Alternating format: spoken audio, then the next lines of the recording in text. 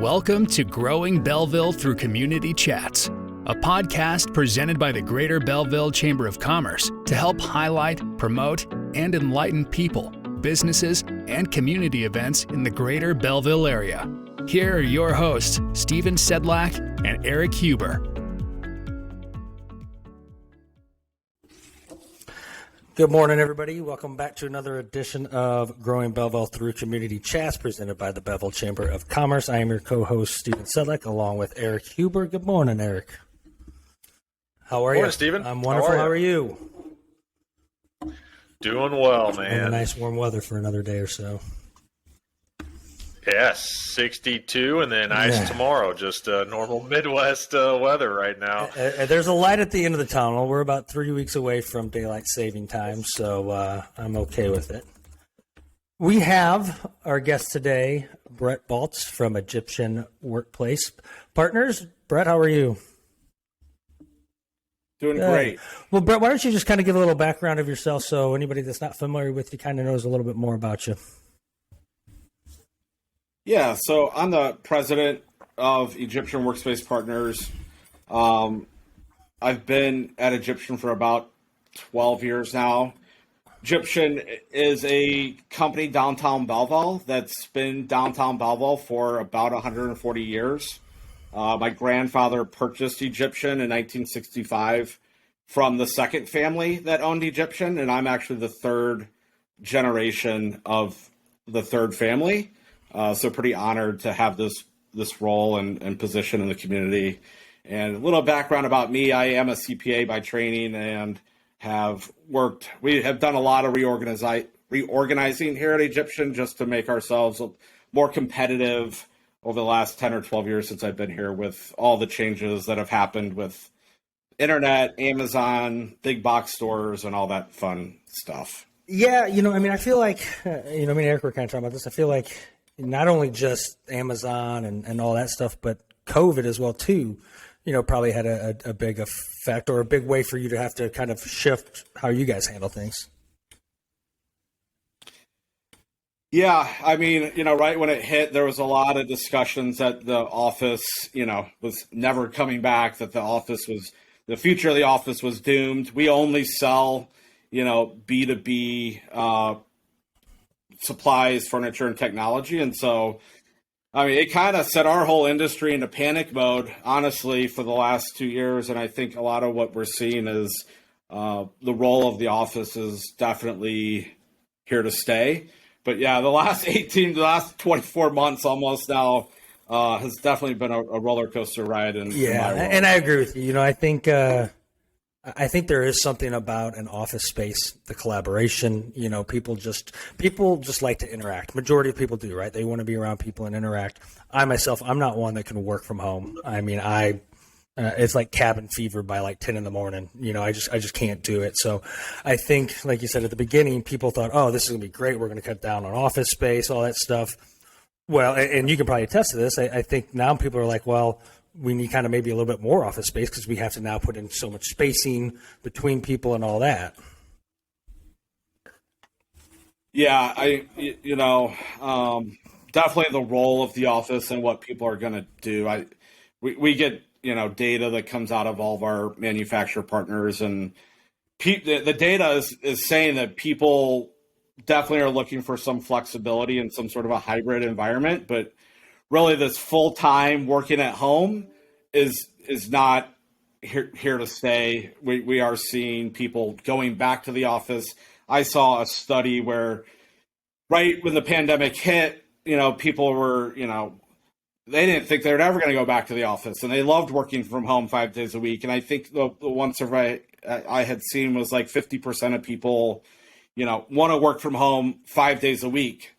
And then they did a re-poll of the same people, I think back in December, and that number had dropped to like 20% of workers want to work from home 5 days a week. So definitely the market is changing, literally in the last 24 months. It's gone from one end of the spectrum to the other. Yeah, I'm sure those 30% that change their mind are ones that have little kids at home and realize it's not as easy or fun as they thought.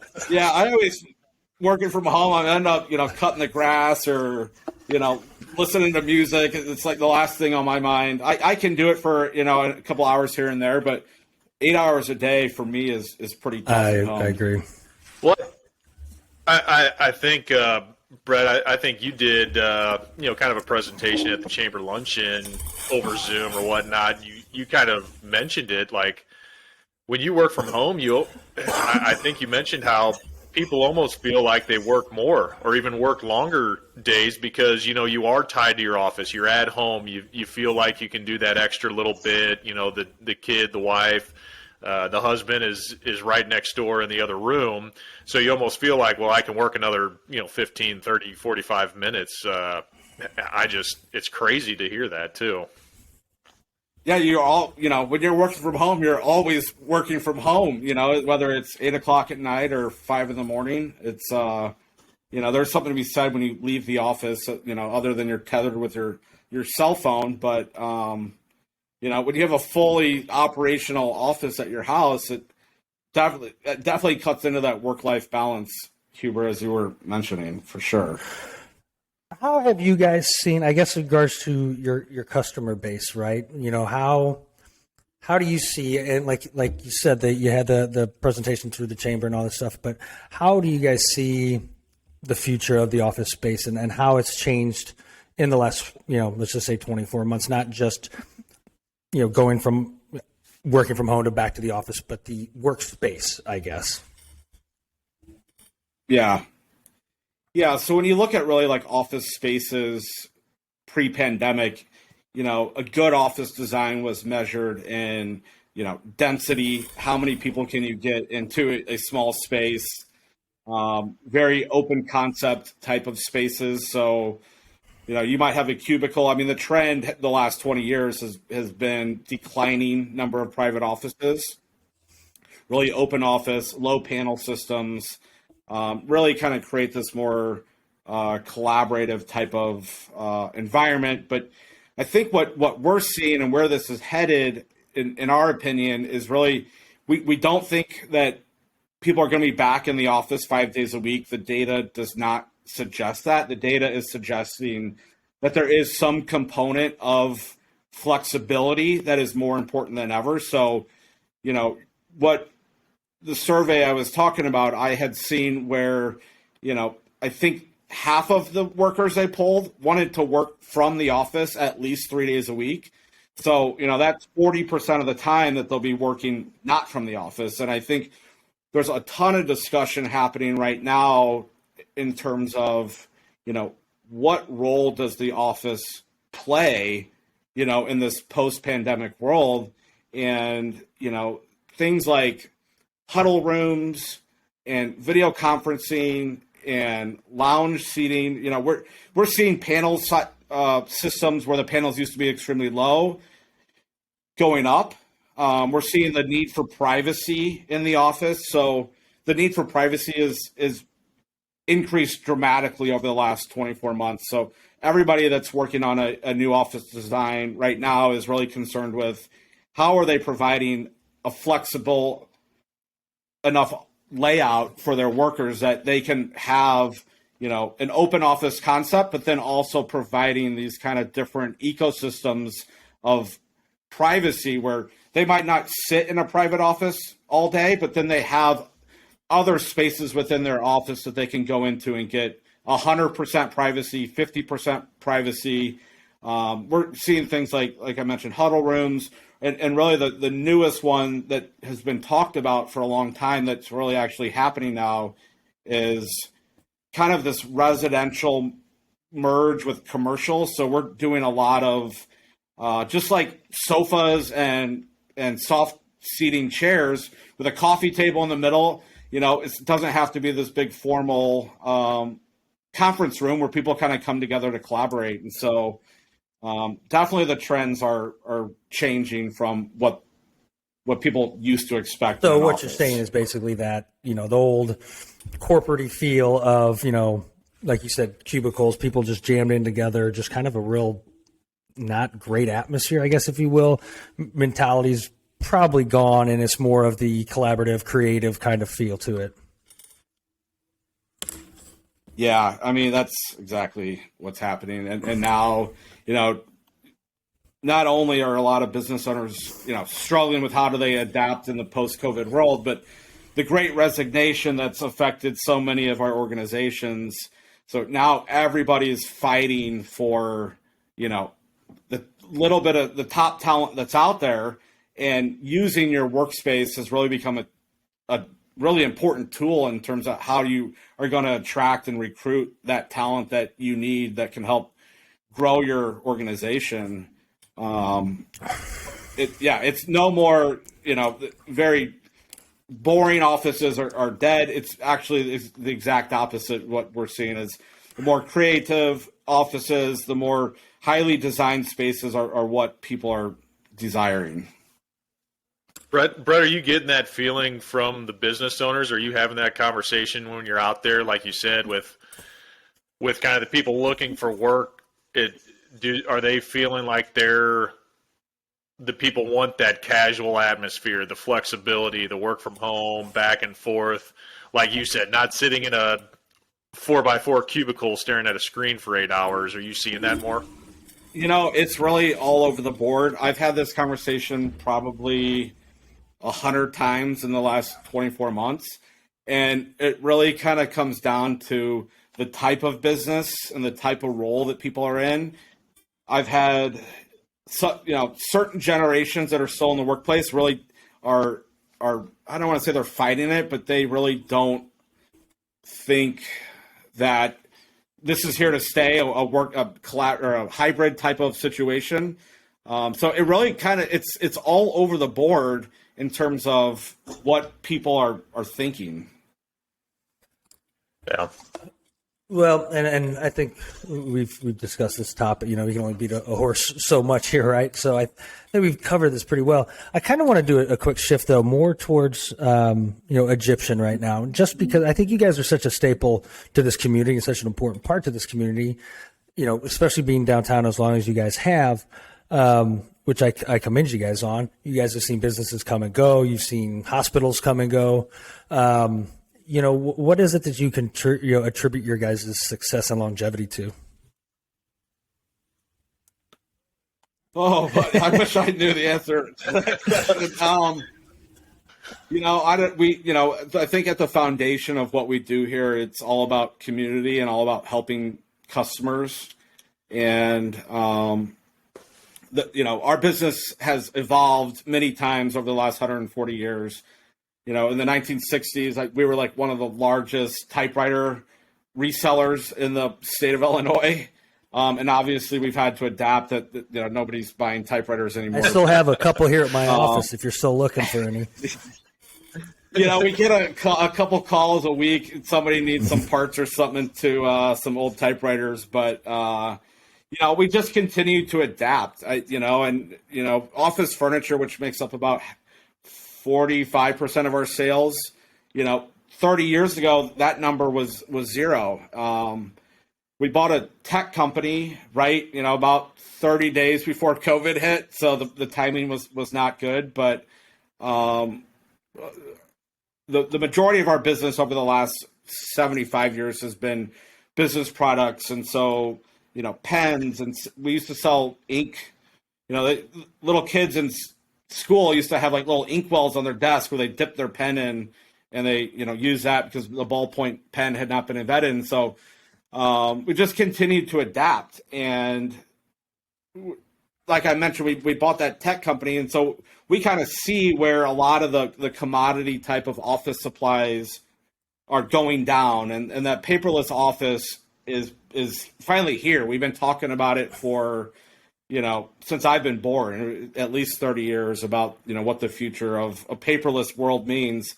And so we're constantly addressing that, and buying that tech company gets us really into some other avenues because at the heart, the foundation of what we do, it's all about helping customers and making sure we can be that resource for them.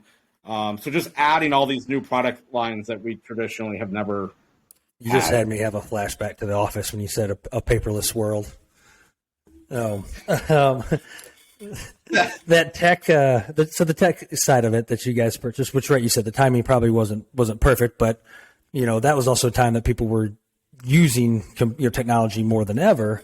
So maybe the timing was maybe a little bit better than maybe originally thought. But like you said, is that a way to? I'm assuming that's a way to enhance your current base, but also kind of have an eye on the future and where things are going. Yeah, so it does two things. It gets us into kind of the future and setting us up for what that looks like. But really, it came out of a necessity when we're doing like projects or new construction or remodels, where clients want to work with one partner. And what when we go in and design a space, it's all around people, place, and technology. And the more vendor partners that an end user or customer has to get involved. So if you have a separate technology partner, and a separate furniture partner, and a separate designer, all of a sudden you start really overcomplicating the process. And a lot of times it just slows the process down. It drives costs up. And furniture anymore is so integrated into technology and how people plan to use it.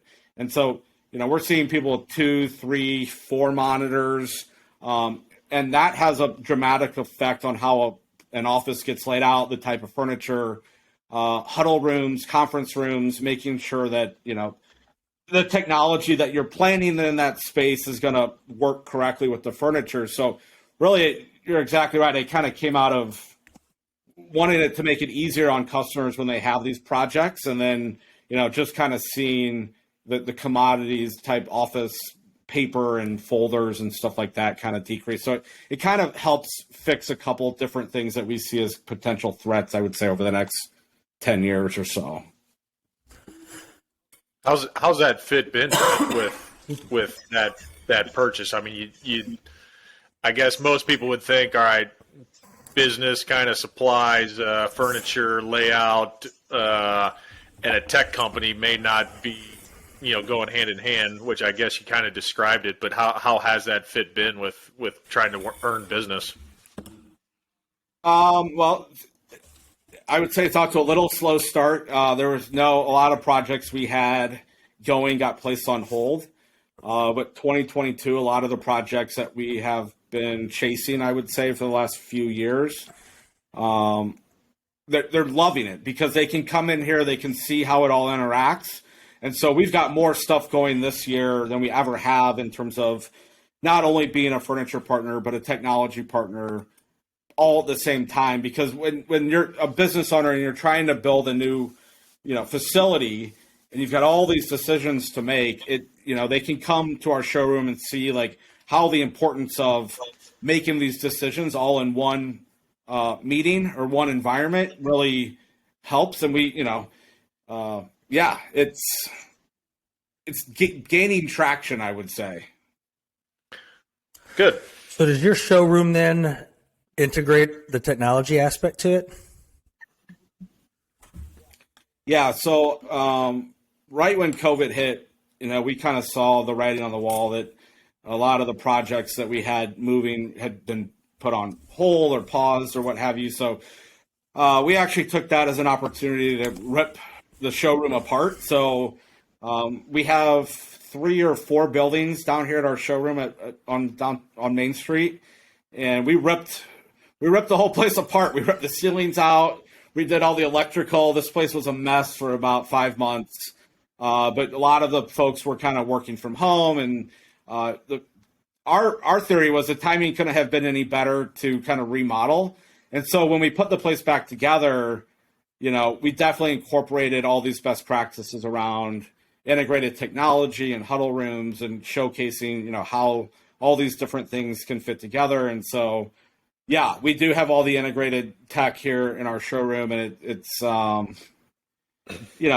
like to say we're drinking our own Kool-Aid, because we're practicing what we preach, and we have the huddle rooms, and we have an open office concept. And then we also have where, the sales team can hop into a room and get complete privacy, whether it's for, half an hour or 8 hours a day. And so really when our showroom got reset, it used to be you just came into our showroom and you walked in the front door and, some of the listeners probably can attest to this, that just started tripping over chairs and desks, and it was kind of a hodgepodge of furniture that we had here. And so when we relaid it out, we really laid out to tell a story more than somebody come in here and, look at kick the tires, if you will, on a desk or a chair. We still have that stuff, but now we set it up in a way that you can come in and understand more around how to design an office and what do you need and what are people looking for.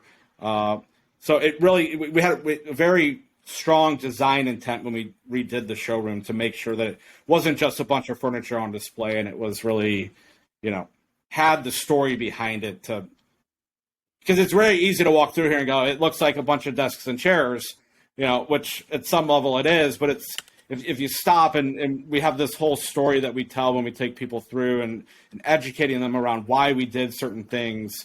It's been a really great tool for the community, because we're one of the only folks left in Southern Illinois that plays in our space. And so, the community should be pretty lucky that we still have this as an option to come and tour and kind of get this, hometown Main Street type of feel. So. No, I agree. I want to kind of go back to a part. You said you've been there now for 12 years, right? What, the family dynamics, and I think, especially in the smaller towns, Southern Illinois, there's a lot of that dynamic, and there's people that are going, let's just say they're going into their family business now, or they've just started in their family business or looking to down the future. I myself am the same way. And I'm just curious. I think it's a dynamic part, and it's different than some other businesses that are not family ran.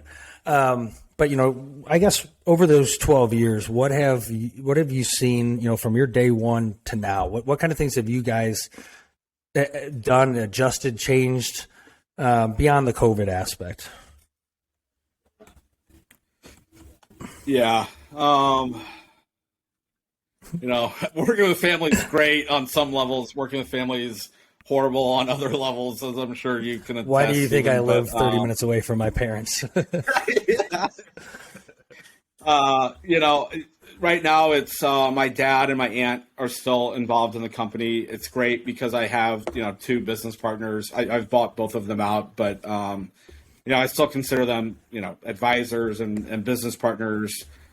And so from that aspect, it's really good. And, you have people you can rely on and you can trust. And, we have 20 employees. So you're constantly, we've had a lot of turnover in the last, 24 months. And so just having that foundation of the three of us that we can all count on each other has been, extremely important. But, we've kind of tried to get away from, I don't know, as I'm sure anybody with a small business, that has family involved, it can sometimes get a little messy, and bad decisions can sometimes get made. And I would say when I joined 12 years ago, there was probably some bad decisions that had been made that we've had to go in and kind of retool and clean up. And so there's definitely a fine line between running a charity and running a business, as we used to say.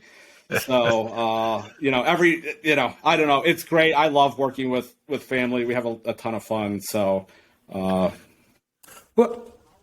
how are some of those conversations like with your dad and aunt, Brett, with, you get into the different generations, like you said, the tech company, is that something that was, were you driving, were they on board, were they kind of hesitant on, what were some of those conversations, or even like the showroom, the different workspace areas, like you said, sometimes it's tough, you kind of probably beat heads or, get in some nice little fights with it, but, where were those conversations at with them? Yeah, you definitely can really quickly have too many cooks in the kitchen when everybody's, got some skin in the game. But definitely there was as we kind of saw, like, we're our own worst customer, and so we probably redesigned our showroom and redesigned it 12 times. And we'd take it and get feedback from, the key people here. And sometimes you just have to make a decision, but it's good because I think the end product really has paints a picture of like all these different things that we do. So it's definitely a group effort to redo the showroom and to make business decisions. But so it's almost like a double-edged sword in that, some of the things are really positive about having family and my dad here to bounce ideas off of. And then the other time we're kind of retooling the whole way that we go to market and the way that we bring value to customers. And so there's been a ton of, I don't want to say arguments, but a lot of discussion around what this should look like and how you connect with, the millennium buyers and now the Gen Xers. I can't keep up with them. whatever alphabet letter we're on. Every day is a little different, but definitely when we start getting into like business strategy decisions, it's really helpful to have family involved from multi generations that can point out the pros and cons of what we're trying to do, from how it would affect the baby boomer clients versus the millennial clients. So. Well, good. Well, hey, look, we're coming up on about 30 minutes here. We definitely want to be respectful of your time. So why don't you, if any way people get in touch with you, why don't you kind of put that out there and then we'll kind of wrap it up a little bit. Yeah. So really the best way to get in touch with us is just going to our website, goegyptian.com. There's a ton of resources and guides, and there's a ton of videos. We talk about all the best practices that we talk about when it comes to how to design an office or how to buy the stuff that you need in office. Ton of resources out there for anybody considering or looking to do any type of project. So perfect. Well, Brett, we want to thank you for taking the time today, and like I said, we want to be respectful of your time. So that being said, we will wrap up this edition of our podcast, and we will see you guys next time. Thanks, guys. Thanks, Brett. Yep. Thanks for listening to another episode of the Growing Belleville Through Community Chats podcast. Please remember to follow and subscribe to this podcast and share with your friends and community leaders. For additional information from this podcast, please reach out to the Greater Belleville Chamber of Commerce.